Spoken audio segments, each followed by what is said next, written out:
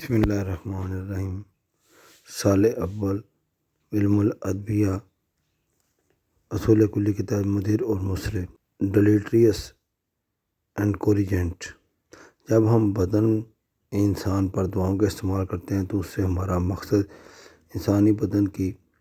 اصلاح اور صحت ہوتی ہے، نہ کہ نقصان پہنچانا۔ لیکن یہ بھی اپنی جگہ ایک واضح حقیقت ہے کہ ہر دوا قریب خواہ وہ معدنی ہو، نباتاتی ہو یا حیوانی ہو، اس میں کچھ نہ کچھ مضر اثرات موجود ہوتے ہیں۔ یہ الگ بات ہے کہ وہ مضرت انتہائی درجہ کی ہو یا اور درجہ کی، اور کبھی بہت معمولی اور کم درجے کی، لیکن بہرحال اس میں مضرت پائی جاتی ہے۔ لہذا ہم ان دواؤں کے استعمال کے وقت ان کے مضر پہلو کو فراموش نہیں کر سکتے۔ لہذا ان دواؤں کے استعمال کرنے سے قبل ان کے اندر حسب ضرورت ایسی تدابیر کرتے ہیں جس سے وہ مضرت بھی دور ہو جاتی ہے اور جو فائدہ حاصل کرنا مقصد ہوتا ہے وہ بھی حاصل ہوتا ہے۔ اسی تدابیری عمل کو طبی اصطلاح میں اصلاح سے تعبیر کرتے ہیں۔ دواؤں کی اصلاح کے لیے اطباء کرام نے حسب ذیل طریقے مقرر کیے ہیں۔ بعض دوائیں ایسی ہوتی ہیں جو کہ بہت زیادہ مضرت رساں ہوتی ہیں، لہذا ان کو اصلی شکل و صورت میں استعمال کرانا ممکن ہوتا ہے اور ان میں معمولی تدابیر سے کام نہیں چلتا، بلکہ اس قسم کی دواؤں میں ان کی کیفیات کو بدلنے کے لیے بہت زیادہ تدبیری عمل کرنا پڑتا ہے، جس سے ان کی شکلیں تک بدل جاتی ہیں، جیسے عمل تخمیس، ٹوریفیکیشن،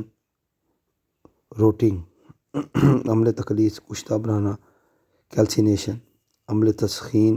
گرم کرنا، گرمی پہنچانا، کیلیفیکیشن، عمل تبرید ٹھنڈک پہنچانا، ریفریجریشن، عمل تغسیل دھونا، واشنگ، عمل تحریک، کیلسینیشن، عمل تشویہ بھوننا، بلبلانا، روسٹنگ۔ نمبر 2، بعض دواؤں میں مضرت بہت معمولی درجے کی ہوتی ہے، لہذا ایسی دواؤں کے طریقہ استعمال کو بدل دیا جائے تو مضرت دور ہو جاتی ہے۔ جیسے اگر دوائی مکئی ایمیٹک ہے یا کوئی دوا معدے کے لیے تکلیف دہ ہے تو ایسی صورتوں میں ایسی دواؤں کو منہ کے راستے استعمال کرنے کے بجائے ان کو حقنہ کے ذریعے امعاء مستقیم کی راہ پہنچاتے ہیں، جس سے ہم اس دوا کی مضرت سے بدن کو محفوظ کر لیتے ہیں۔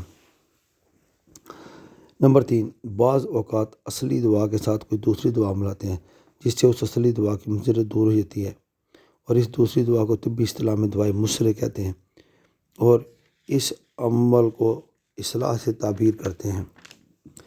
اصل دوا کے ساتھ جب مسلح دوا ملتی ہے تو وہ اصل دوا کی مضرتوں کو دور کر دیتی ہے، لیکن دوائی مسلح کے عمل کے مختلف طریقے ہیں جو کہ درجے ذیل ہیں۔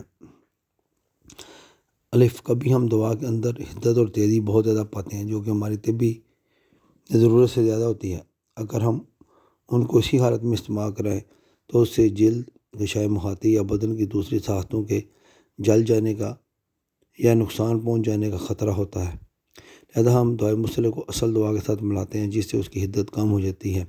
جیسے حامض اور بور کی دوائیں جن میں بعض بہت تیز ہوتی ہیں۔ لہذا ان دواؤں میں اگر پانی ملا دیں تو ان کی حدت اور تیزی میں کمی آ جاتی ہے۔ اسی طرح پانی کی جگہ پر شہد، لعابات یا موم سے بھی ان کی اصلاح کر لیتے ہیں، جیسے شراب کی حدت کو کم کرنے کے لیے پانی ملا دیتے ہیں یا سرکہ میں شکر ڈال کر شکنجبین تیار کر لیتے ہیں، وغیرہ وغیرہ۔ نمبر 2، بعض اوقات دوائی مسلح اصل دوا کی بالکل ضد ہوا کرتی ہے، جس کے مزاج کے بعد دوائی اصلی کے اندر ایک نیا مزاج پیدا ہوتا ہے اور اصل دوا کی حقیقی اور نوعی خاصیتیں کم و بیش بدل جاتی ہیں۔ اس کی 2 صورتیں ہیں۔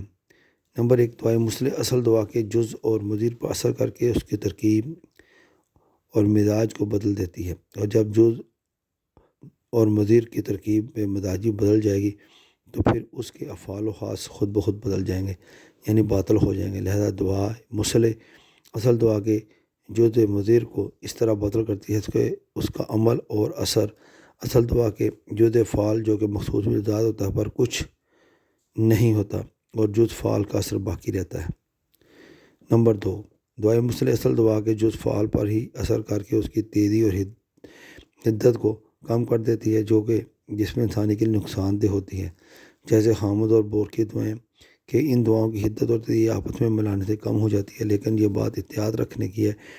کہ ان میں دعائیں مصطلح کی اتنی ہی مقدار ملائیں جتنی کی ضرورت ہو، کیونکہ زیادہ مقدار ملانے سے اس دعا کی خاصیت ہی ختم ہو جائے گی کہ اس کے جوہر افعال برباد ہو جائیں گے۔ نمبر 3، کبھی ایسا ہوتا ہے کہ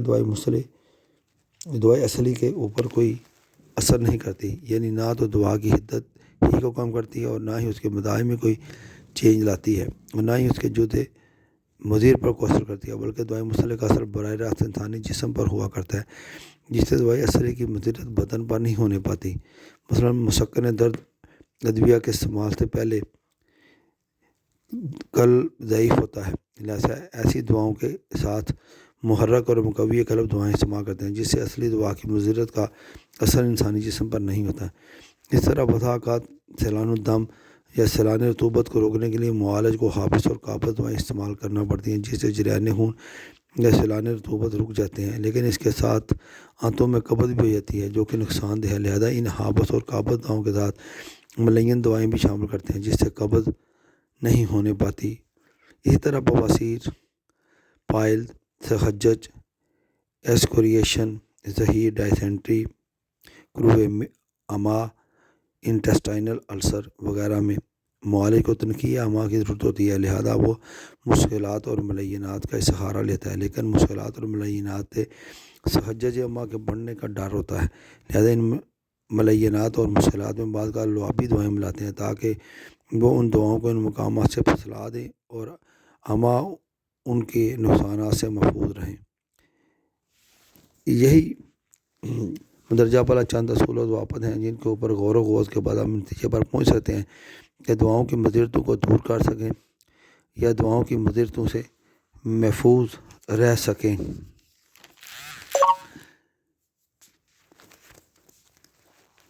اطباء کرام کا یہ ایک متفق علیہ نظریہ ہے کہ علاج بالمفرد افضل طریقہ ہے۔ شیخ اور کرشی کے نزدیک بھی اگر معالج کسی مفرد دوا کو اپنے لیے کافی پائے تو اسے اسی سے علاج کرنا چاہیے اور کبھی مرکب دوا کو ترجیح نہ دے۔ علاج بالمفرد ہی کو اعلیٰ اور ارفع مانا گیا ہے اور یہی قرینہ قیاس بھی ہے، کیونکہ مختلف دواؤں کے امتزاج کے بعد ان دواؤں کی اصلی خاصیت